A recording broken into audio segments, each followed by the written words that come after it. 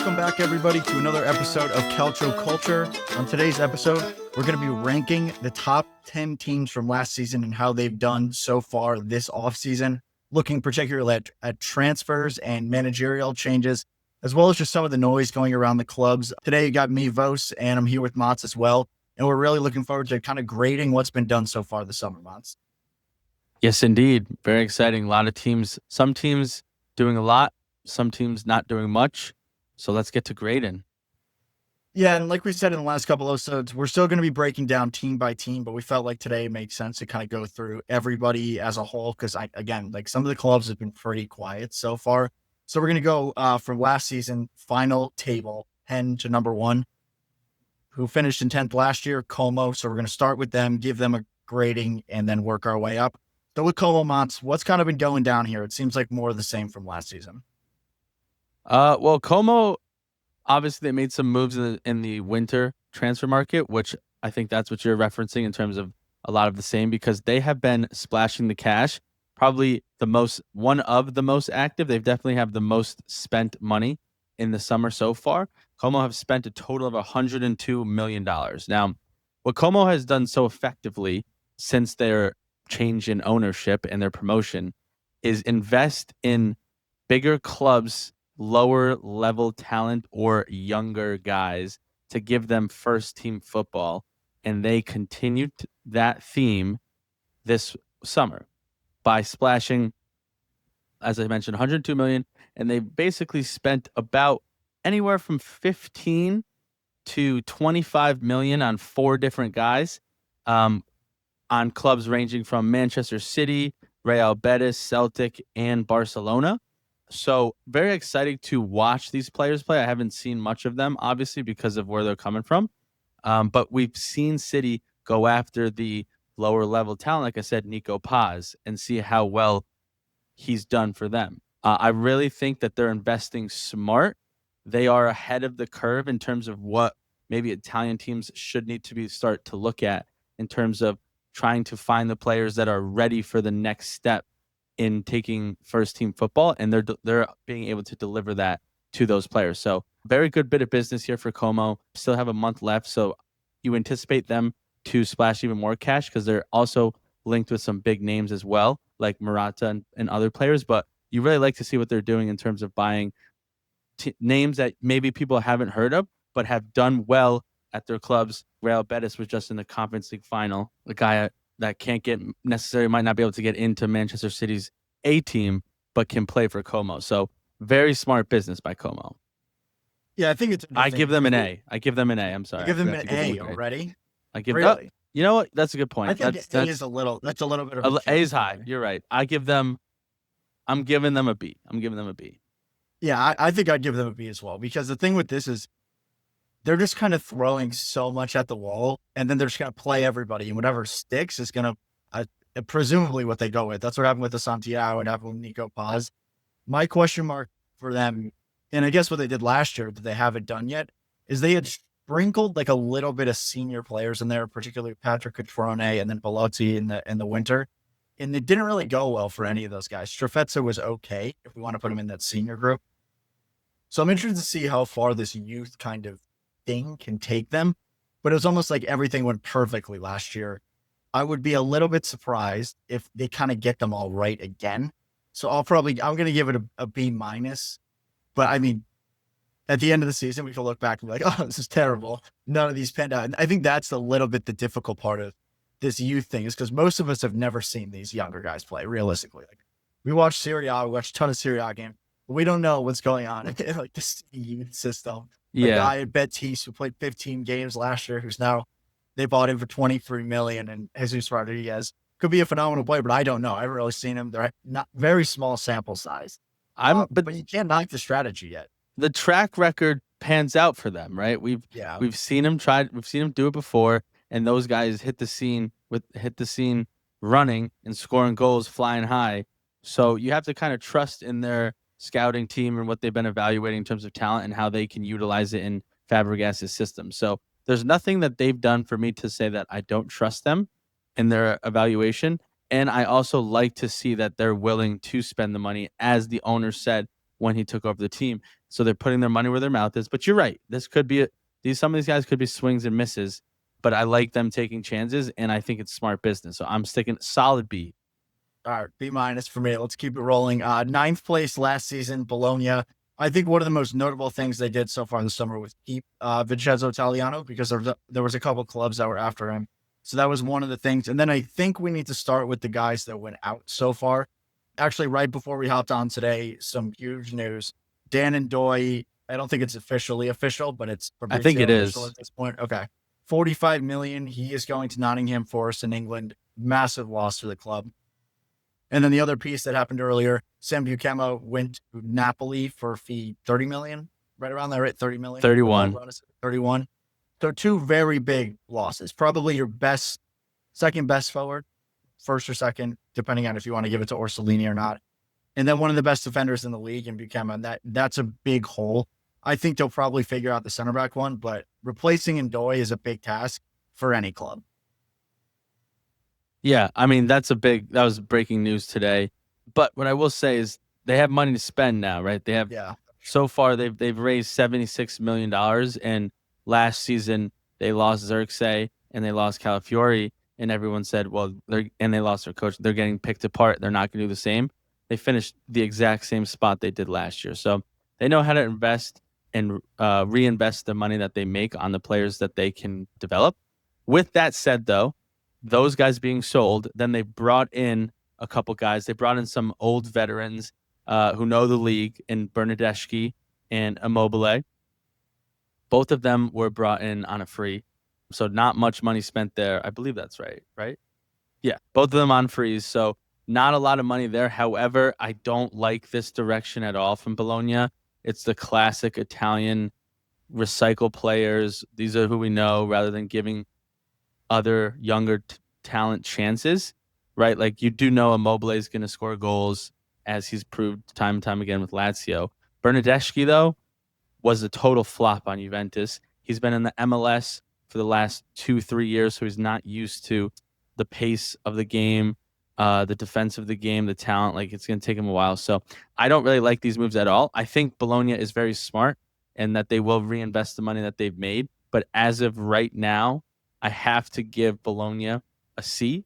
And the only reason why I'm not giving it lower is because they did make a lot of money on two guys, right? They've made almost 80 million on two players. So that is good business. Yeah, I think I'm right there with you. On the Bernardeschi one, I agree. I don't really understand that one. The way things have panned out and Doy leaves, I guess he's your number one left winger at this point. I don't really know who else you're playing out there. I do like the Immobile one a lot. What I kind of thought of that one was Simone Castro is your striker number one. You have Europa League this year, so there's going to be some rotation there. Why not bring in one of the most prolific goal scorers in Serie A over the last 10 years or so? So I think in games where we got a Europa League game midweek, we can throw Immobile in the mix, and he's probably going to have a decent output. That one makes a lot of sense to me. Again, Bernardeschi, I don't know. I would probably give this a D, though, so far. Losing Ndoye and losing Buchema and not replacing either of them fully is a problem. I mean, without Ndoye, that is a very big hole to fill in this team, regardless of how good Castro was and Delingo was last year. That's so. I would assume Orsolini does have some sort of drop off too. Yeah, Orsolini was flying. He scored every game. Do you think like Delinga maybe can push out to the left? Because bringing Immobile in, you've invested in Delinga, you have Castro. You don't want to stunt their growth. Bringing Immobile in is going to take away time unless they become flexible and maybe play some guys in different positions. I think it's interesting because I do think Delinga could play off the left. I think he's more of like a second striker, honestly, is from what I've seen from him. I think there's also a lot of question marks around the club and around the league at what level Delinga is going to get to. And even on Castro could flop this season. He was very good last year, but we really haven't seen enough for him to say he is our number 9 for 5 years, 6 years, if they don't move on from him. So I think Immobile is like a good, pretty safe bet that makes a lot of sense. And when they do need to feature him from the very beginning of the game, you kind of know what you're going to get. He's going to get his chances. He's going to bury them. So I think it makes sense, like low ceiling, high floor kind of thing. And I think it makes sense.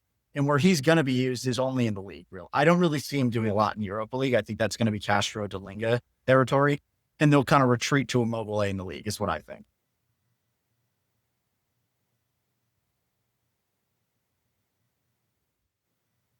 Moving on from Bologna, last year, AC Milan, very disappointing season, coming in 8th place. So that brings us to them. We did a longer episode about this 2 weeks ago, so we're not going to go too much into the details here. But money out the door, or brought in, I guess is the way. Players sold, 109 million brought into the club, and having spent 40 million, notably in that 40 million, you had a free transfer of Luka Modric, Samuel Ricci for 23 million. And then what has happened since that episode is they brought in a Estupinian from Brighton in the Premier League to play left back. For me, I'm D on this window so far, and I think that might be a surprise to some people.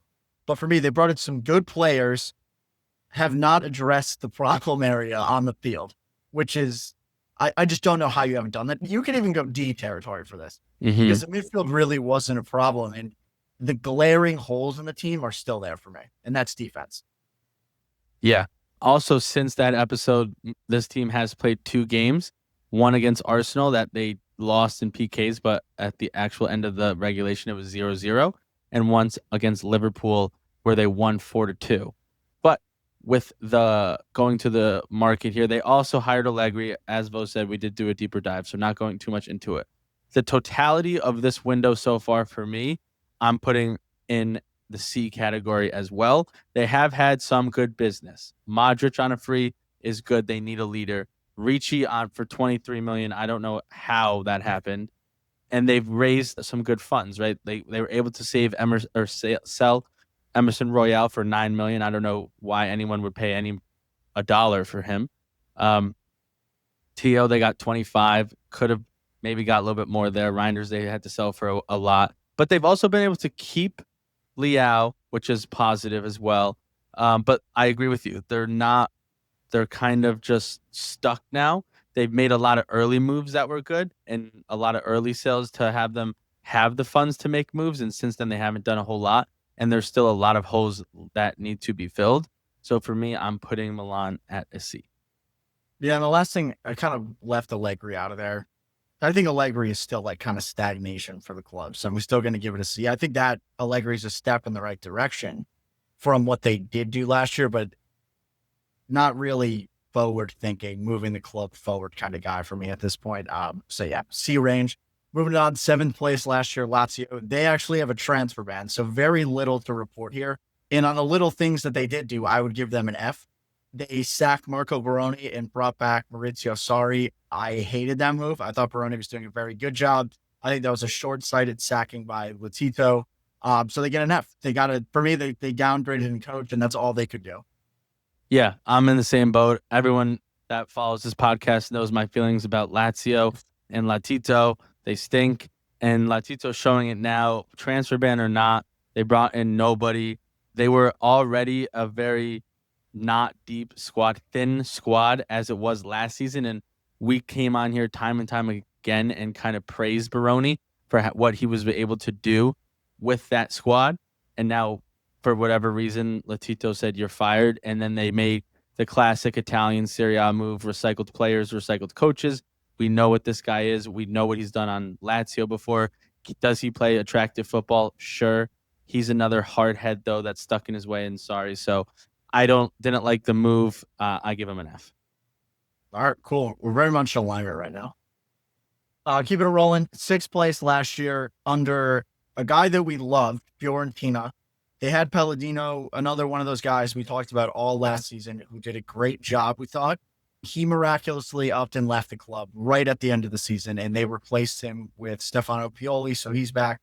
In addition to that, they've spent around 44 million. Some of that is keeping players that they did have last year, and have brought in 58 million and players sold this year.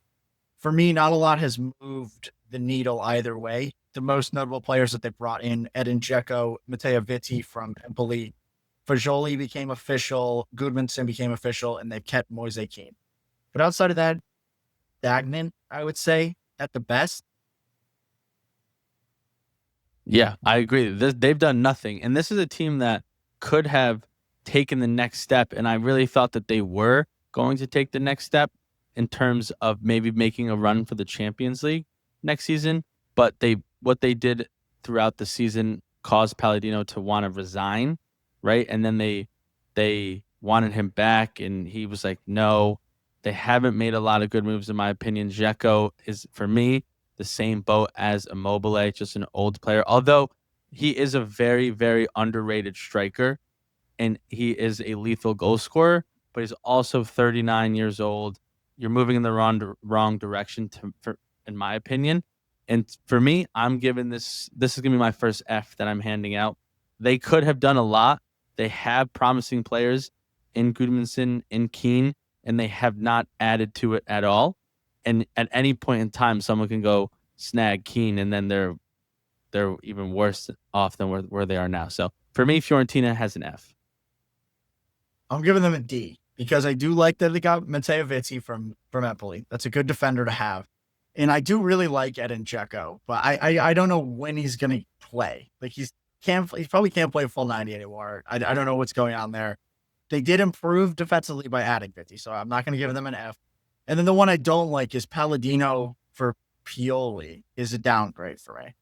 And that 100%. Because I don't think Pioli is going to develop the players the same way that Palladino was. Palladino was really creative and would use different formations. We saw that throughout the season. And that's something that Pioli has historically not done. He just runs his 4-2-3-1 and will run that into the ground no matter what. But what you do have with somebody like Pioli is somebody that's won the league, made Champions League run. So it is hard to continue to knock him and say what he's not good at when he has delivered. So we could look back at the end of the season, this coming season, and there is still some time in the preseason. And Pioli could have a masterclass with this team and do something with it. I don't think it's there. I don't think they've improved the squad. If you're not getting better, you're getting worse. So D for me. And at fifth place, miraculously finishing last year. We're talking about Roma. They have had a massive transfer window so far, and we're going to have to do a really deep episode on this because they had a lot of creative signings, a lot of interesting signings, some guys going out, some guys coming in.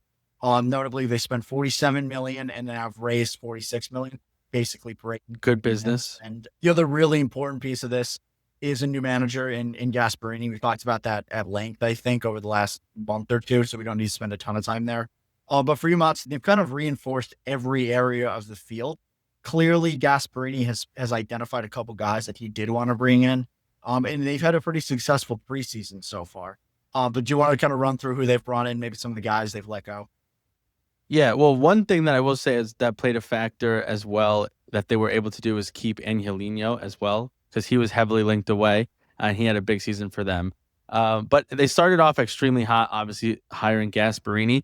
And what do we all know if Gasperini's been able to do? And that is turn water into wine, if you will, or turn players who have maybe flopped other places and make them a star again. And they targeted that with Evan Ferguson that came out of nowhere, a player that was Brighton once put a price tag of $100 million on him if you wanted to buy him. He then, for whatever reason, flopped and didn't work out. But they got him on a bargain, I think, for $40 million. It's a loan, $3 million for $40 million. Then they've added a couple other players like Wesley, who comes from the Brazilian league, had a good Club World Cup, was linked to like Juventus as well. And then some other guys that I'm not too familiar with. So I have to see them play to figure out if they're going to fit. But there's nothing, everything that shows Gasperini, that to me that Gasperini has showed, tells me he knows the players that he wants in his system.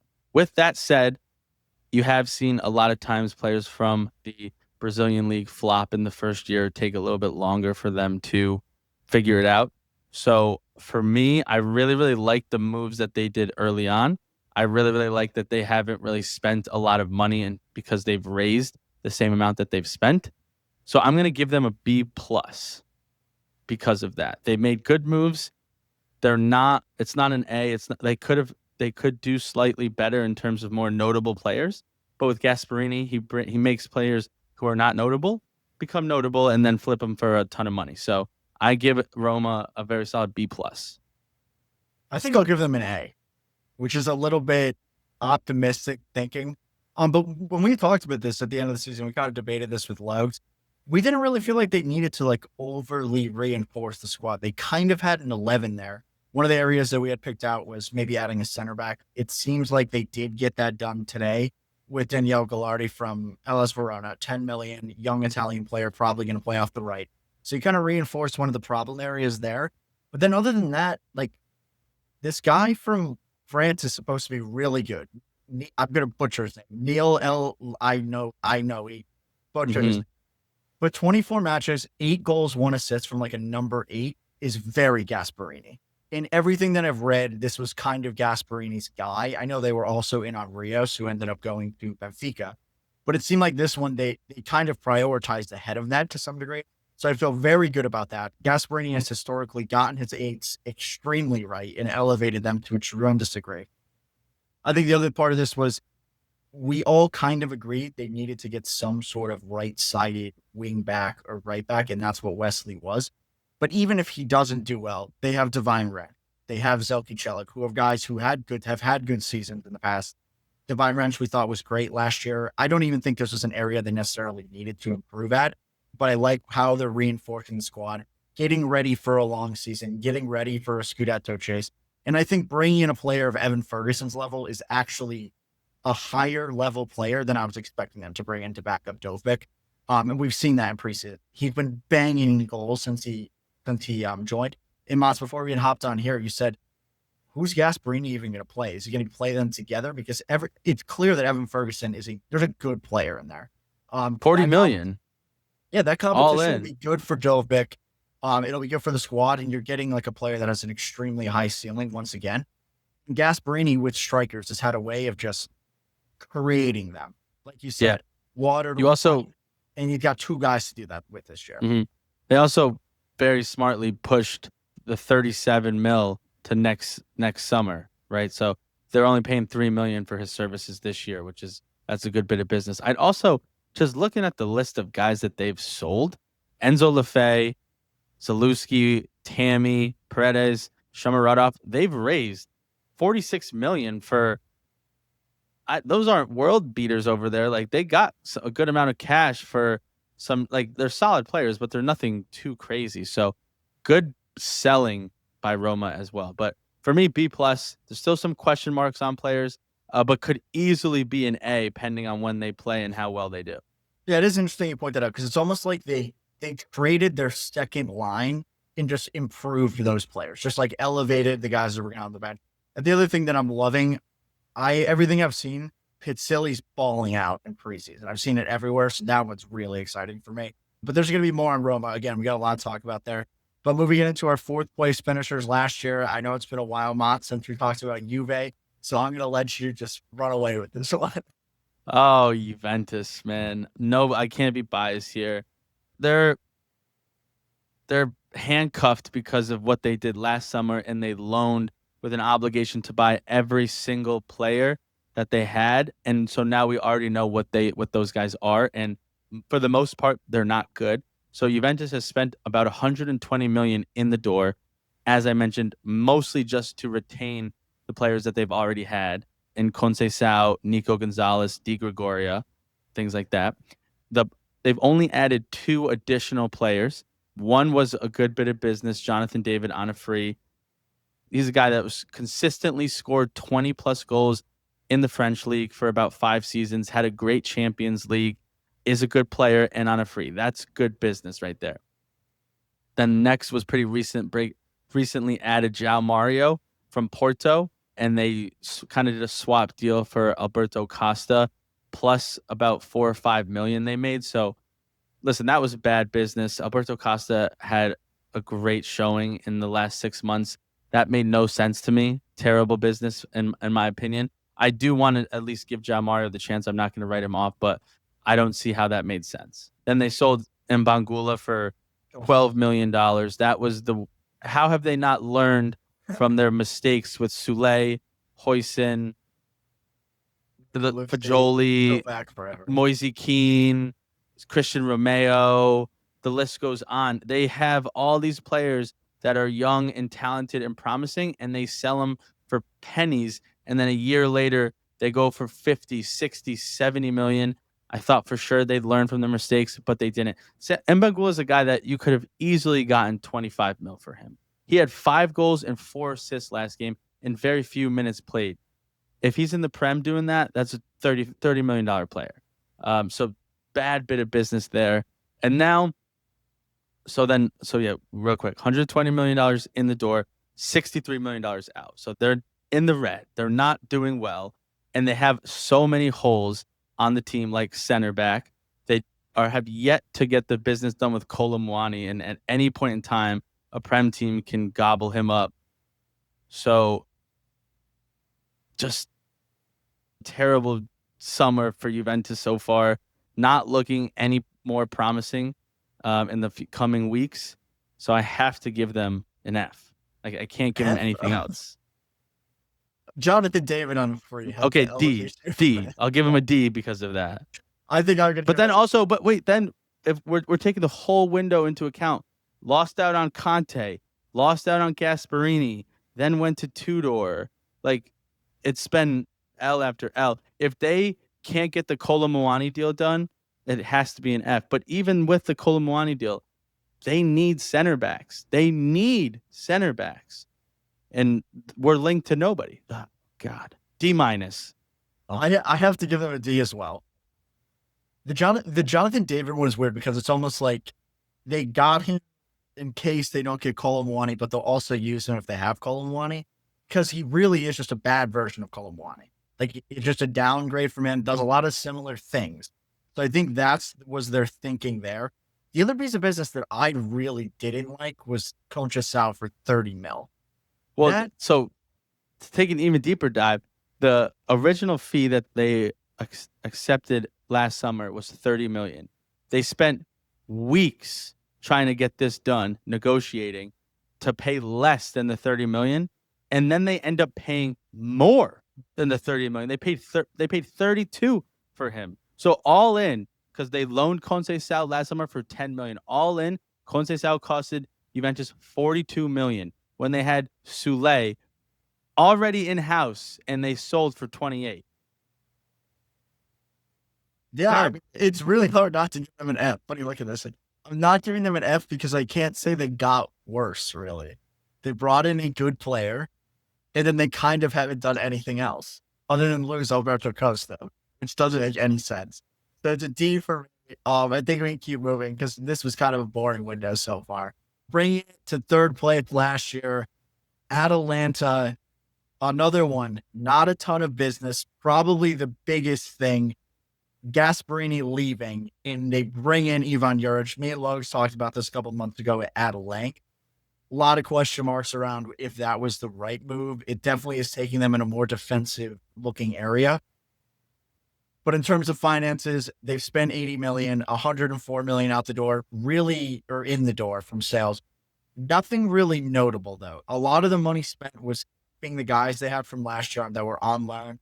The one guy they did bring in was Sulemana from Southampton, who was a guy that Evan Juric actually coached there in his brief stint. So I think that had something to do with that. They spent 17 mil there. The other significant outgoing, Matteo Retegui to Saudi Arabia, 68 million euro after buying him for 28. Another great bit of business from the club. Part of that, I think, that went into making that decision is Scamacca's back this year. And I think the club has a lot of confidence in him to basically just pick up the slack like he was doing pre-injury. They also get Scalvini back this year. I think there are a lot of good things there. I think it's more question marks around what we're going to get out of Juric this year. But from like a transfer window perspective, I would say C so far. Nothing to really move the needle either way. I think cashing in on Retegui makes a lot of sense when you kind of see that as a strength area for you. You haven't really lost anybody. The thing that is still floating out there is Lookman to Inter. That is still a real possibility. And I think if they lose him, you might be going towards an F window. Trending downwards. Yeah. Yeah, I mean, I echo a lot what you said. The biggest one for me is obvious. Going from Gasperini, a guy that's an attacking style of play, to Juric is not what you want to do in the slightest. The only silver lining in this window for me is that they made money as a club. They bought Retegui last year, 28, one season, Golden Boot, sold him for 68. Sad to see him go. I think Gasperini got way more out of him than anybody thought that he was going to deliver. So if you look at it from a club perspective in terms of raising money, it's a little bit better than an F. But if you're looking at it as like Atalanta is going, what are they going to do next year to improve off of a third place finish? They've done nothing to allow them to do that. So that would be an F for me. So it's a little hard to grade this one. If you're looking at, if you care about making money, then it's a little bit better than an F. But if you want to compete for the Scudetto, be better than what you were last year, compete for the Champions League like you won the Europa League 2 years ago, you need to add talented players, and they haven't done that. And so it's an F for me. All right, that is harsh. Everybody's harsh in Atalanta except for me. I guess it's part of the issue. But keep it moving. Number 2, the runners-up last season, Inter Milan. Slightly turbulent end to the year. Finished in second place. Inzaghi peeled off of them. He goes to Saudi Arabia. They bring in Christian Kivu from Parma. A lot of question marks there. But other than that, what have they done? They spent 66 mil so far. They brought in Sucic from Dynamo Zagreb. They brought in Henrique from Luis Henrique, something like that. I forget his first name. From Marseille. They brought in Boni from Parma, and they're still linked heavily to Ademola Lookman. 66 mil spent, and then they raised 16 mil from some sales. Nothing notable there as well. But for me, I actually give this an A. A lot of questions for me on Kivu, and I don't think that was the right appointment. But what I love that they did is they identified areas they needed to strengthen, and they went in and they got it done immediately. I think adding Boni gives you the Marcus Thuram rotator that you have never had. They are like for like, very, very similar players. Sucic, you loved at the beginning of last season. You talked about him a ton. I think this is going to be a great player. When I've seen him talked about as kind of like an in-between Brozovic and Hakan kind of player, a little bit more creative than Brozovic, but not as much of a bruiser of Brozovic, so kind of like bridging the gap there. And then Henrique, I don't really know much about him, just another creative midfielder from France. So I like everything they've done. This team is phenomenal. I think they're still probably top 3 roster undisputed in the league. So just kind of adding players around there, I think makes a lot of sense. I don't think there's really holes in this team still. The biggest question mark is going to be Kivu for me. Yeah, Kivu's a big question mark. I'm a little bit of a different take here. They didn't, in my opinion, the only area that they added where they needed depth so far was Boni. They need a center back. They need a goalie. They haven't done any of that. I don't like the manager appointment at all. Luis Henrique, from what I saw in the Club World Cup, is playing at a wing back spot, and they have DeMarco and Dumfries. So maybe they want to shift in Carlos Augusta to a center back, maybe. So then they're not going to buy a center back, but that's a lot of question marks. I think that they didn't assess really what they needed. Also, if you're buying Lookman, are you playing him at a striker? Are you switching your formation to a 3-4-2-1? If you do that, does Boni and Thuram fit behind? Thuram less so, but do they fit behind Lautaro? What is all of that going to look like? So a lot of question marks for me around this window. Not a lot of moves that I loved, and I've been saying, and I think they take a big step back. I think this market isn't really helping them, and so I'm going to give them a C. All right. Yeah, they're scary. I could see them spiraling out of control next year. I don't know why. There's very bad vibes from them.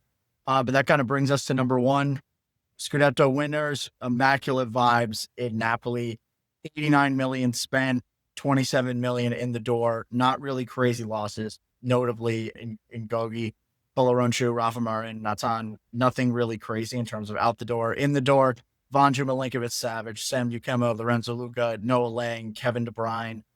A+, 100% score. They're going to win the league again is kind of where I'm at. This has been the best window by any club by an insane margin, I think. What I really liked is they kind of stayed in the league for a lot of the guys they brought in. Guys that you know are going to translate well. You're improving all areas of the field.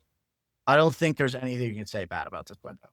Yeah, the one thing that you left out, Osimhen, I believe is official now. So they're actually like almost breaking even as well. They kind of Galatasaray only is paying 40 this year, 30 next year. So slightly off on the books, but for the most part, they're not in the red. They're in the black. They're spending the money that they're selling. The one hiccup happened today. They were heavily linked with Ndoye, looked like they were going to get that done, and Nottingham Forest came in and got that done quickly and swiftly. So that was their one hiccup. But other than that, I mean, this is an A++. You got a very, very good goalie who has proven that he is a top goalie in this league, a great on-the-ball center back, um, a good backup striker at the very least in Lorenzo Luca. Noah Lang is your Cavada replacement, has the flair, and then you have a superstar in KDB. And you were also able to keep Zombo. He was linked away for a little bit. You got Scott McTominay. You're keeping Labaka, it looks like, who is a key player as well. So even the guys that they've kept has been huge. They've kept Conte as well. He was heavily linked away. So any way you turn, it's been good business, good vibes at Napoli. And now what it's going to come down to is they're going to have high expectations and can they deliver? But so far, this market has been an A+ for me. I do not think it's over yet. I think they'll make a couple more moves, which will just increase the grade to an A++. But they will be my Scudetto favorites, and they will have high expectations. I will be putting high expectations on them for what they did last year and for this market, but A+. Yeah, and over the next month, we have less than a month to go until the kickoff of the season. I think there's a lot of work to be done in terms of guys coming and going still. Again, everybody's been pretty quiet, I would say, as we go through this whole list. We had a lot of average transfer windows, not a ton of money spent. So things are going to change. But over the next month, guys, we're going to be giving you our team previews like we did last year, our expectations for the teams, what we would consider a successful season for them. And then we're going to finish things with our prediction of the table. Should be a really exciting year. Again, Napoli looks like they're going to be taking the league by storm for a second season in a row. But we're going to keep breaking things down for you, getting ready for the season. We're really excited. But that's it for us today. Yeah. Hopefully some teams, Juventus, start making moves and actually bring in some players. But yeah, Vos, I echo everything. It's going to be a great season. Slow mercato so far. We still have a month and a half left. Looking forward to breaking it down. Don't be a Gagoots and Forza Calcio Culture.